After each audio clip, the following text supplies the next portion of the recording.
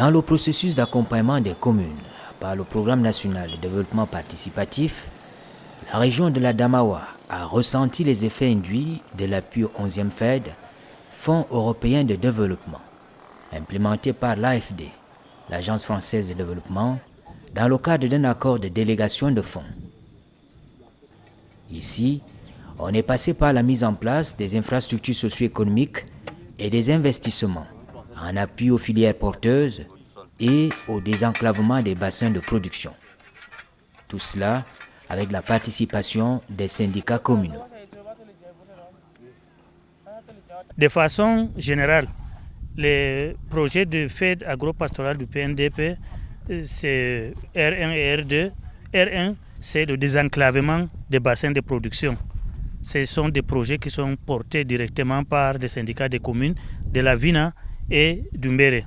Et le projet de R2, c'est l'appui aux filières.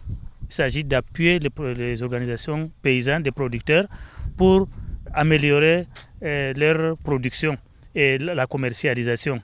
En principe, chaque département a son syndicat, plus ou moins fonctionnel, mais ce qui est sûr, c'est que les syndicats de la Vina et du Mbere, entre autres grâce aussi à l'appui du PNDP, fonctionnent assez bien pour le moment. Ce sont ces deux syndicats qui ont bénéficié de ces financements. Le site sur lequel nous nous trouvons, en fait, c'est un site de R2, l'appui aux filières, à la filière bovine, qui est quand même l'activité bovine, c'est la principale activité dans la région de la Damawa en général et dans la Vina en particulier.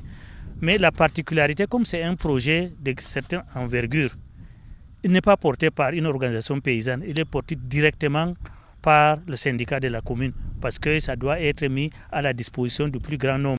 La région de la Damawa est connue pour son activité intense d'élevage des bovins. Le PNDP ici accompagne la commune de Ngaoundéré 3e dans la réalisation du projet de construction du marché à bétail de Tchabal Jalingo, qui est l'un des plus grands marchés du bétail venant du Tchad, de l'extrême nord et du nord, pour le Grand Sud du Cameroun et les pays voisins, tels que le Gabon, la Guinée équatoriale ou le Congo-Brazzaville. Il est précisément question de contribuer à l'amélioration de la qualité et la quantité du bétail à vendre. Le marché à bétail a plusieurs composantes, à savoir un hangar équipé de bureaux, il y a 2 parcs de contention, il y a un quai d'embarquement, il y a des latrines modernes et il y a une clôture pour sécuriser le projet.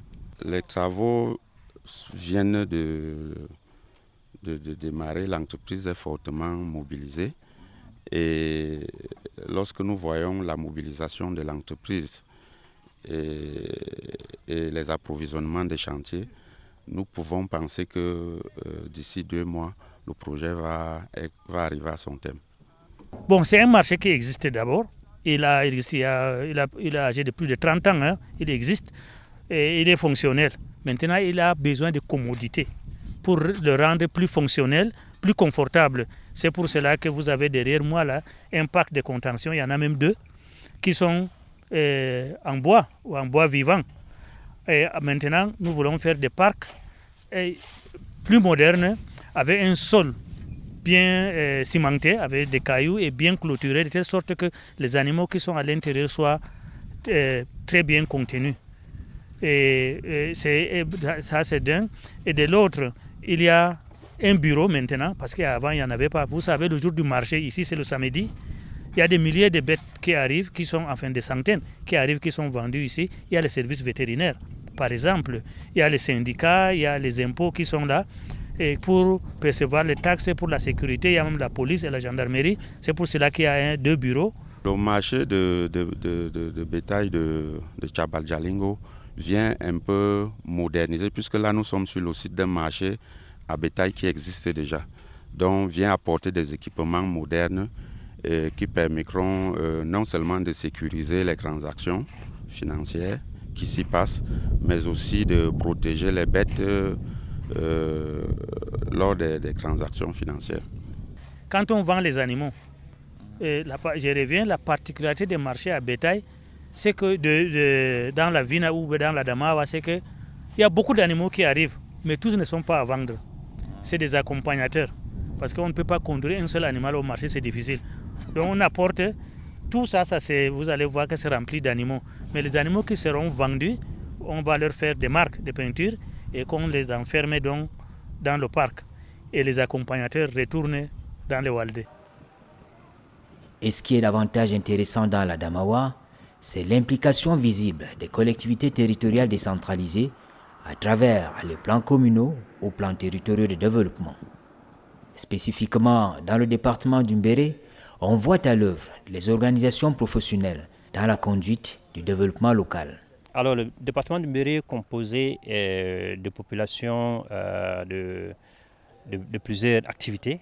Donc il y a l'agriculture, il y a l'élevage et il y a évidemment les services, le transport, l'entrepreneuriat. Mais il y a également beaucoup d'étudiants ici. Il y a une école de mines parce qu'il y a un potentiel minier dans le département. Et nous, en tant qu'association, donc en tant qu'association La Dynamique du Mbéré, nous apportons une contribution à tout ce qui est fait par les autorités, par les collectivités décentralisées. Donc notre objectif principal, c'est promouvoir le développement humain, le développement matériel du département du Mbéré. Donc au niveau de la santé, nous intervenons. Actuellement, nous avons organisé une campagne santé. Nous avons fait venir des cardiologues et des médecins depuis Yaoundé et tout le pays qui sont actuellement en train de consulter des malades. Nous avons également apporté un soutien à l'éducation, dont des kits scolaires et des bourses ont été remis aux étudiants. Nous avons également établi des actes de naissance. Mais nous allons continuer. Nous avons 2 ou 3 projets actuellement. Il y a un projet de bibliothèque qui est en cours.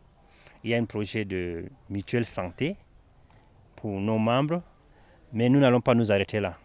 Toute proportion gardée, le marché à bétail de Tchabal Jalingo pourra à terme augmenter le revenu des éleveurs, des commerçants et pourquoi pas améliorer la collecte de la taxe communale. Bon, dans le syndicat de commune de la Vina pour les projets R1 et R2, y compris les études de faisabilité et autres, c'est environ 800 millions. Et dans l'Umbéré, c'est environ 700 millions. Le fait agropastoral est en train d'apporter beaucoup de facilités. Le désenclavement des bassins, ça nous permettra d'aller produire, y conduire des intrants, récolter et ramener. Et puis avec ces marchés, par exemple ces marchés à bétail, ça permet de vendre les animaux. Et le projet par exemple du hangar qu'on est en train de faire, le hangar de stockage avec une aire de séchage dans la commune de Ngangha, cela permettra de mieux gérer les pertes post-récolte et de vendre des produits de meilleure qualité et au bon moment. En plus de ça, il y a aussi l'équipement d'un centre de collecte du miel. Vous savez que la Damawa produit aussi énormément de miel. C'est quelque chose qui va donc permettre à ces acteurs-là un peu plus de confort et d'améliorer aussi leurs revenus et permettre aux communes aussi de percevoir des taxes. Alors, ces problèmes existent ailleurs.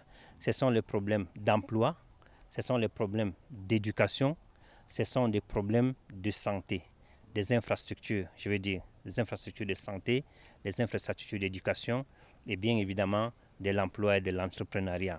Donc nous voulons bien voir tous nos enfants qui sont formés pouvoir obtenir des emplois et pouvoir travailler.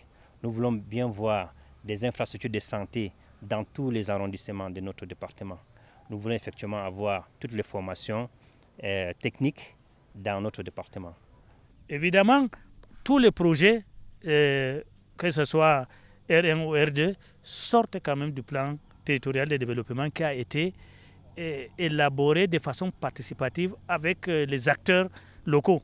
Et puis, la Damawa a eu la chance d'être la première région où ce plan a été testé dans l'Umbéré. Et c'est le département pilote.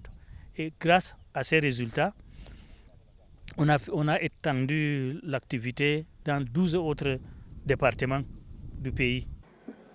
À long terme, on voit de manière efficace la transformation de l'élevage du gros bétail au Cameroun Le défi étant bien sûr aujourd'hui d'accroître les possibilités de commercialisation et la rentabilité.